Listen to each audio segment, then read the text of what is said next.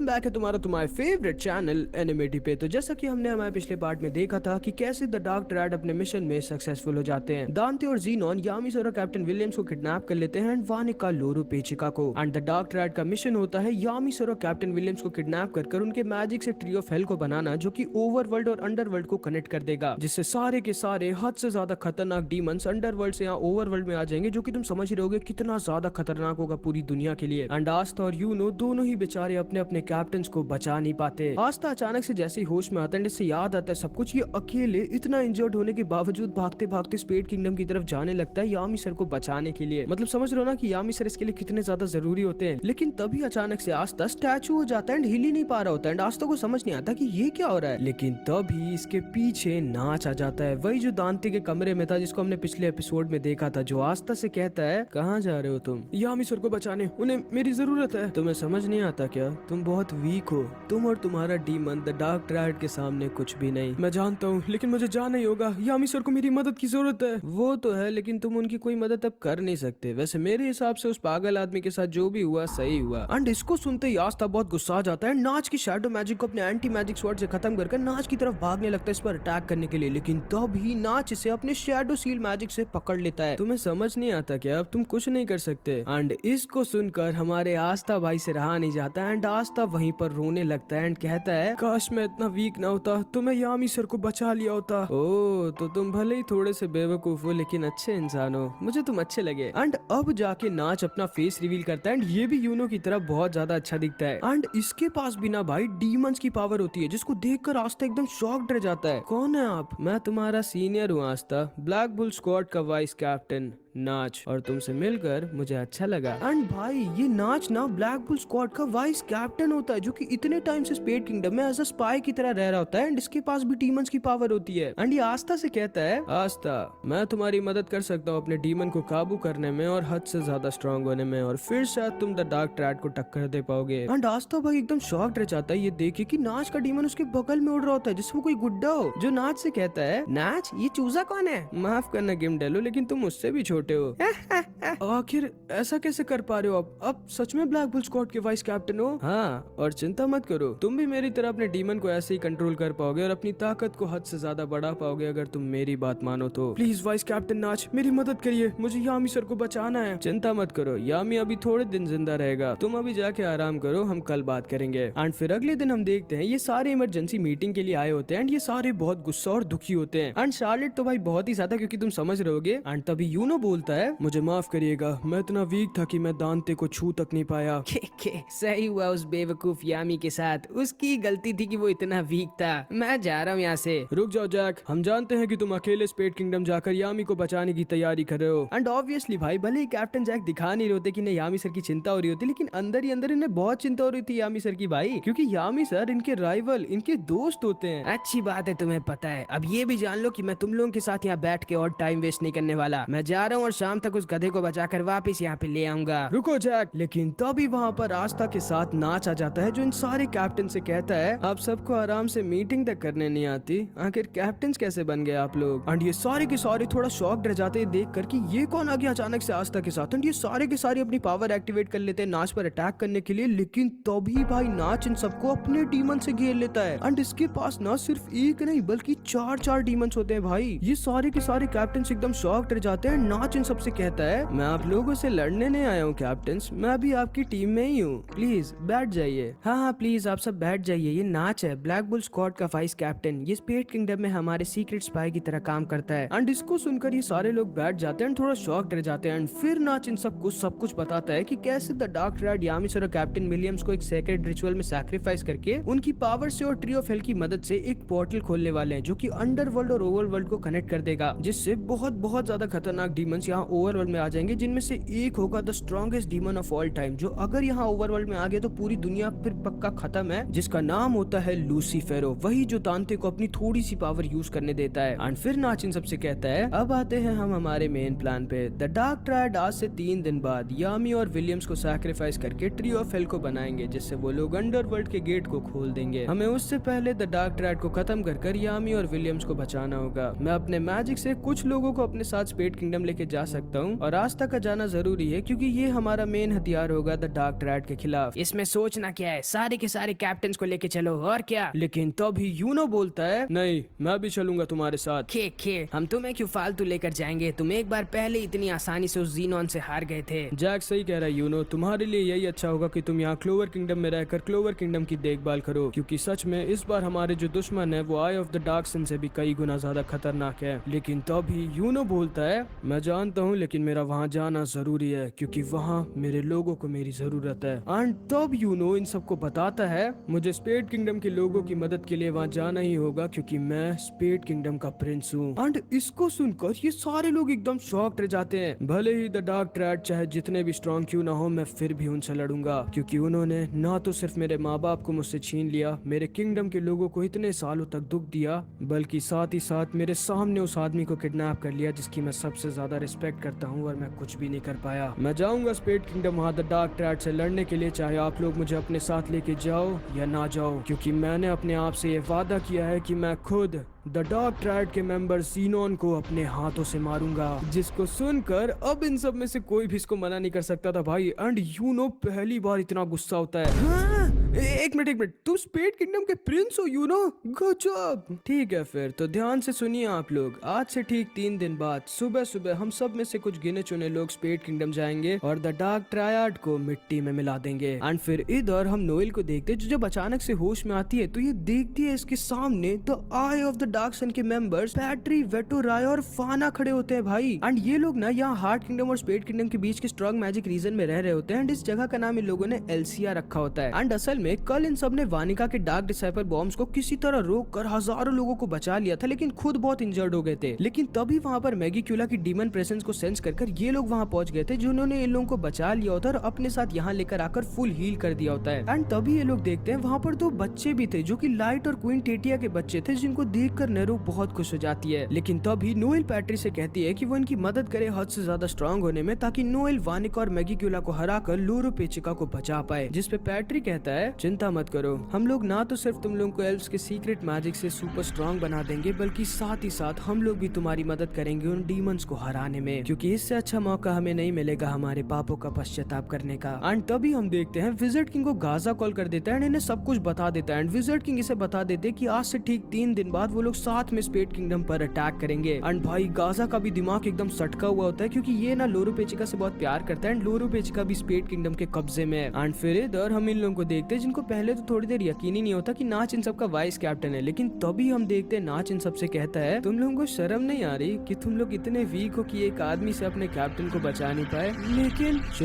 जब मैं बोलूँ तो सिर्फ मेरी बात सुनो। मैं वैसे तो तुम जैसे वीक और फालतू लोगों से बात नहीं करता, लेकिन क्योंकि मैं तुम लोगों का वाइस कैप्टन हूँ इसीलिए मैं तुम लोगों को बता दूं कि आज से ठीक 3 दिन बाद हम लोग स्पेड किंगडम जाकर द डार्क ट्रायड पर अटैक करने वाले हैं। तुम लोगों में सच में अगर थोड़ी सी भी शर्म है और यामी को बचाना चाहते हो तो तुम्हारे पास सिर्फ 3 दिन है, जितना स्ट्रांग हो सके हो जाओ। एंड भले ही नाच का तरीका ना थोड़ा रूड होता है, लेकिन ये इन सब को हद से ज्यादा मोटिवेट कर देता है और ज्यादा स्ट्रांग होने के लिए। एंड तुम लोग समझ रहे हो ना भाई कि कितना तगड़ा बिल्डअप हो रहा है मेन फाइट का। उधर से आस्था, यूनो, नाच, ये सारे लोग, एंड इधर से ये सारे जो बहुत से ज्यादा स्ट्रांग होने वाले हैं, साथ ही साथ the eye of the dark sun. भाई बहुत बवाल फाइट होने वाली है एंड में। एंड फिर हम देखते हैं नाच आस्था को अपने साथ इस टूटे हुए घर में लेकर आ जाता है जो कि एक्चुअली में इसी का घर था। एंड फिर ये आस्था को अपने मैजिक से इस घर के अंडरग्राउंड में ले आता है जहाँ पर एक बहुत बड़ी रिंग थी और ढेर सारे लोगों का स्कल्स था। आस्था ध्यान से सुनो जो मैं तुमसे कहने जा रहा हूँ। मैं तुम्हें आज से 2 दिन में कई गुना ज्यादा स्ट्रांग बना सकता हूँ, लेकिन आखिर में सब कुछ तुम्हारे ऊपर डिपेंड करेगा। तुम आज तक अपने डीमन की सिर्फ थोड़ी सी पावर को यूज कर पा रहे थे जितना वो तुम्हें दे रहा था, लेकिन आज अगर तुम अपने टेस्ट में पास हो गए तो तुम जितना मन करे उतनी अपनी डेविल की पावर को जब तक मन करे तब तक यूज कर पाओगे। क्या आप कोई फॉरबिडन मैजिक करने वाले वाइस कैप्टन? हाँ अब इधर आओ। एंड आस्था जैसे ही स्टेज पे पैर रखता है भाई इसके सामने इसकी ग्रिम वॉर के अंदर का डीमन बाहर आ जाता है। एंड क्योंकि आस्था का राइट हैंड इनकी डील के मुताबिक अब इस डीमन का हो चुका था, इसलिए आस्था का राइट हैंड गायब हो जाता है। एंड इसका डीमन आस्था से कहता है मैंने सोचा था कि धीरे धीरे तुम्हारे पूरे शरीर को अपना बनाकर मैं आजाद हो जाऊंगा, लेकिन तुमने तो मुझे खुद ही आजाद कर दिया। आस्था तुम्हें बस तुम्हारे डीमन डीमन को हराना है, और अगर तुमने तुम्हारे डीमन को हरा दिया तो मेरे फॉरबिडन मैजिक से तुम इसे हमेशा के लिए अपना गुलाम बना सकते हो और इसे मजबूरन वही करना होगा जो तुम चाहोगे, जिसके बाद इसकी पूरी पावर तुम्हारी हो जाएगी। तो इसलिए तुम्हें बस इसे हराना है। लेकिन हाँ, अगर तुम इसे हरा नहीं पाए तो उन सारे स्कल्स में तुम्हारा भी एक स्कल ऐड हो जाएगा। ये मुझे कैसे हरा सकता है जब मेरे एंटी मैजिक के बिना ये कुछ है ही नहीं। लेकिन तभी आस्था बोलता है, डीमन थैंक यू। हैं, तुम शायद सही कह रहे हो, मैं आज शायद सच में जो कुछ भी हूँ उसमें सबसे बड़ा हाथ तुम्हारा ही है, इसीलिए थैंक यू डीमन। चुप रहो, तुम्हें शायद समझ नहीं आ रहा कि मैं एक डीमन हूँ, कोई इंसान नहीं। अब डरो मुझसे। लेकिन मैं कैसे डरूं भाई, तुम मुझसे भी छोटे हो यार।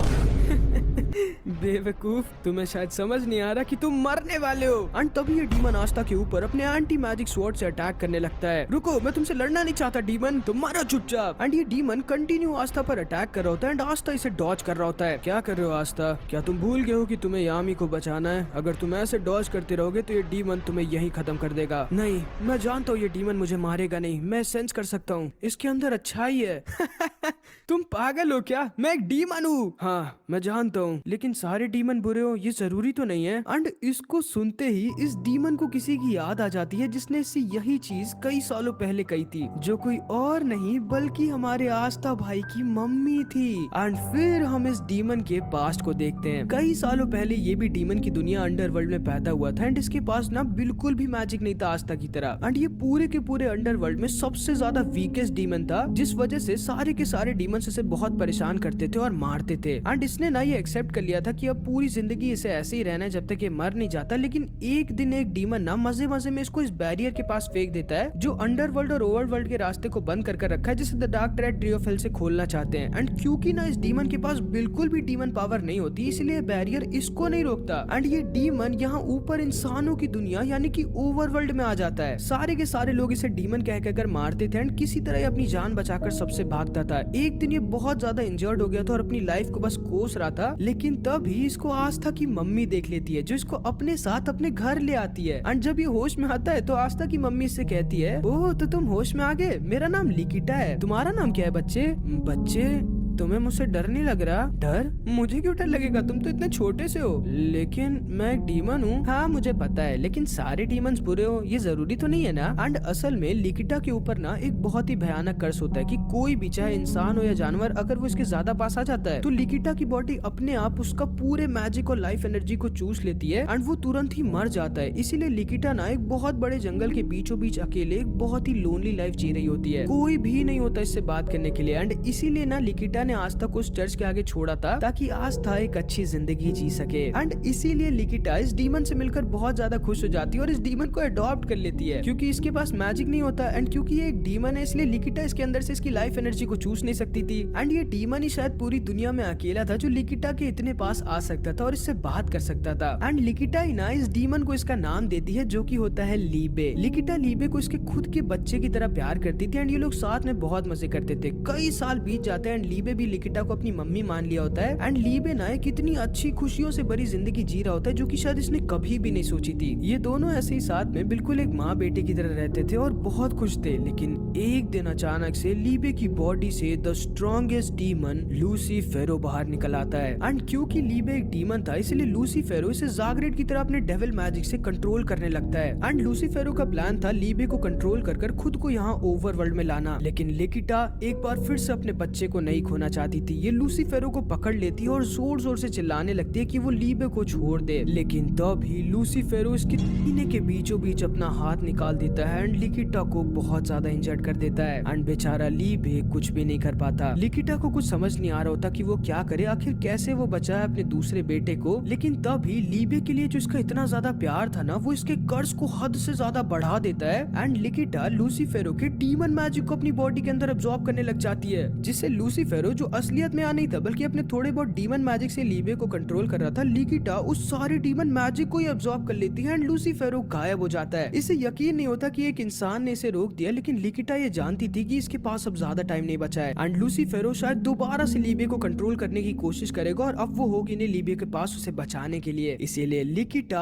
अपने सीलिंग मैजिक का यूज कर लीबे को उस 5 लीफ ग्रिमवॉर में सील कर देती है जो कि थोड़े दिनों पहले से मिली थी। लेकिन लीबे को इस 5 लीफ ग्रिमवॉर में सील करने से पहले लिकिटा लीबे से एक आखिरी बार कहती है कि तुम मेरे प्यारे बेटे हमेशा रहोगे लीबे। एंड ताकि अब लूसीफेरो दोबारा से लीबे को कंट्रोल ना कर पाए, इसलिए लीबे को लिकिटा इस 5 लीफ ग्रिमवॉर में सील कर देती है एंड वहीं पर खत्म हो जाती है। लीबे उस ग्रिमवॉर के अंदर कई सालों तक बंद रहता है, जिसमें वो ना तो किसी से बात कर पाता है, ना मर पाता है, कुछ भी नहीं कर पाता सिवाय एक चीज के, लिकिटा की मौत के लिए लूसीफेरो से नफरत करना और उसे कर्ज करना। एंड इतने सालों तक लीबे के अंदर जो लूसीफेरो के लिए नफरत और गुस्सा था, ये सब के सब लीबे के अंदर एक नई डीमन मैजिक को अवेकन कर देते हैं, जो कि होती है एंटी मैजिक। एंड लीबे के अंदर जो एंटी मैजिक आई होती है ना, ये लूसीफेरो के खिलाफ इसकी हेट्रेड और गुस्से की वजह से आई होती है। एंड लीबे उस 5 लीफ ग्रिमवॉर के अंदर तब तक बंद रहता है जब तक किस्मत लीबे को लिकिटा के बेटे आस्था से नहीं मिला देती। एंड इसीलिए ना लीबे आस्था की बॉडी चाहता है ताकि वो खुद लूसीफेरो को मार सके और लिकिटा का बदला ले सके, क्योंकि इसे अभी ये नहीं पता था कि आस्था लिकिटा का ही बेटा है। आस्था लीबे से कहता है, डीमन मैं जानता हूँ तुम लूसीफेरो से बहुत नफरत करते हो और उससे बदला लेना चाहते हो, मैं तुम्हारी मदद कर सकता हूँ, चुप रहो। एंड इन दोनों में लड़ाई स्टार्ट हो जाती है। एंड असल में दिक्कत ये थी ना कि लीबे के एंटी मैजिक होता बहुत ओपी पावर है, लेकिन आस्था के पास कोई मैजिक ही नहीं था, इसलिए लीबे का एंटी मैजिक आस्था के सामने किसी काम का नहीं था। एंड इसकी स्वॉर्ड अटैक से आस्था अपनी की का यूज कर बार बार बच जा रहा होता है। एंड आस्था भले चाहे जितना फास्ट और स्ट्रॉन्ग क्यों ना हो, लेकिन बिना लीबे के एंटी मैजिक के किसी डीमन को घंटा नहीं हरा सकता। एंड लीबे भी बेचारा चाह कर भी आस्था के अलावा किसी और के पास जा नहीं सकता, क्योंकि पूरी दुनिया में सिर्फ आस्था ही है जिसके पास सच में बिल्कुल भी मैजिक नहीं है। इसीलिए इस पूरी दुनिया में सिर्फ आस्था ही एक अकेला ऐसा इंसान है जो लीबे के एंटी मैजिक को यूज कर सके। ये दोनों भले एक दूसरे से लड़ रहे होते, लेकिन अंदर ही अंदर ये दोनों जानते थे कि ये दोनों एक दूसरे के बिना कुछ भी नहीं है। आस्था यामी सर की स्वॉर्ड का यूज कर रहा होता है, लीबे के सारे अटैक से बच रहा होता है, लेकिन लीबे भी ना भले ही आस्था पर अटैक कर रहा होता है, लेकिन ये अंदर ही अंदर आस्था को मारना नहीं चाहता था, क्योंकि लीबे का दिल बहुत साफ होता है। तुम्हें समझ नहीं आता क्या, तुम मेरे बिना कुछ भी नहीं हो। लेकिन तभी आस्था स्माइल करने लगता है एंड बोलता है, ओए डीमन, अगर तुम्हें सच में लगता है कि मैं आज जो कुछ भी हूँ वो सिर्फ और सिर्फ तुम्हारी वजह से हूँ, तो तुम गलत हो। एंड आस्था उन सारी टेक्निक्स का यूज करने लगता है जो आज तक इसने अपनी सारी फाइट्स में सीखे होते हैं। आस्था उस एक्सपीरियंस का यूज कर रहा होता है जो कि इसने अपनी इतनी सारी लड़ाइयों में गेन किया है। लीबे को यकीन नहीं होता कि आस्था के पास भले इसका एंटी मैजिक नहीं है, लेकिन फिर भी आस्था जरा सा भी नहीं डर रहा और कंटिन्यू इसकी तरफ आगे बढ़ रहा है। एंड तभी आस्था कहता है, अगर मैं तुम्हारी पावर्स के बिना कुछ भी नहीं हूँ डीमन, तो तुम भी मेरे बिना कुछ नहीं हो। एंड आस्था भाई लीबे को बिना किसी मैजिक के हरा देता है। एंड लीबे वहीं पर नीचे गिर कर हार जाता है, जिसकी वजह से नाच का फॉरबिडन मैजिक एक्टिवेट हो जाता है एंड लीबे इन चेन्स में बन जाता है। और फिर नाच आस्था से कहता है, बहुत अच्छे आस्था, तुमने इस डीमन को हरा दिया, अब तुम इसे जो भी ऑर्डर दोगे वो इसे मानना ही होगा। अभी आस्था इस डीमन को ऑर्डर दो और इसको हमेशा के लिए अपना गुलाम बना लो और इसकी पावर्स को इससे छीन कर हद से ज्यादा स्ट्रॉन्ग हो जाओ। लेकिन तभी आस्था बोलता है,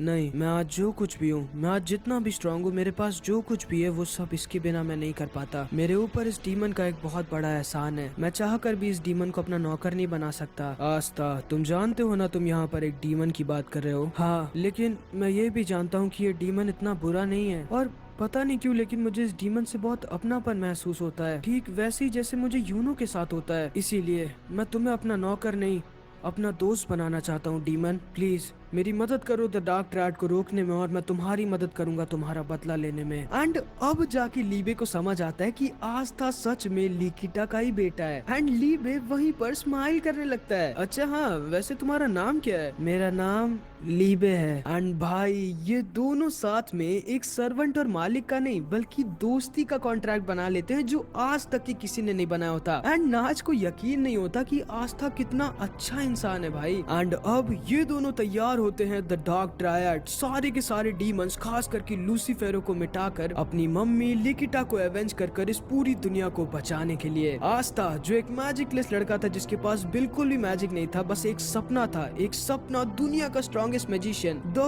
विजर्ड किंग बनने का, वो आज एक और कदम नजदीक आ गया होता है अपने सपने के। अब क्या आस्था द डार्क ट्रायड उन सारे डीमंस को हरा पाएगा जिनको हराना लगभग नामुमकिन है, और बन पाएगा अगला विजर्ड किंग? वो हम लोग अगले पार्ट्स में देखेंगे, जो कि तब आएगा जब इस मास्टरपीस एनिमे के नेक्स्ट एपिसोड रिलीज हो जाएंगे, जिनका मैं भी कुत्तों की तरह इंतजार कर रहा हूँ भाई। तो यस गाइस, यहाँ पर हमारा इस मास्टरपीस एनिमे का सीजन 2 खत्म हो जाता है। मुझे पता है कि मेरे को 1 साल से भी ज्यादा लग गया इस एनिमे को कवर करने में। कमेंट्स में जरूर बताना, ठीक है, कि कौन कौन मुझे 1 साल से देख रहा है। तो बस गाइस, इस वीडियो में इतना ही। ये रहे मेरे कुछ प्यारे प्यारे चैनल मेंबर्स, एंड अगर तुमको भी ऐसी शाउट आउट चाहिए तो तुम मेरी मेंबरशिप ले सकते हो। और मैंने जो नई एनिमे अपलोड की थी वो पता नहीं क्यों यूट्यूब वालों ने हटा दी, इसीलिए मैं जल्दी वापस से एक और नई और मास्टरपीस एनिमे के साथ वापस आऊंगा। तब तक अपने एनिमेटी भाई का वेट करना। आई होप कि तुम लोगों का ये साल बहुत अच्छा जाए। Happy new year. अब मिलते हैं अगली वीडियो में, तब तक के लिए अपना ख्याल रखना। Bye bye.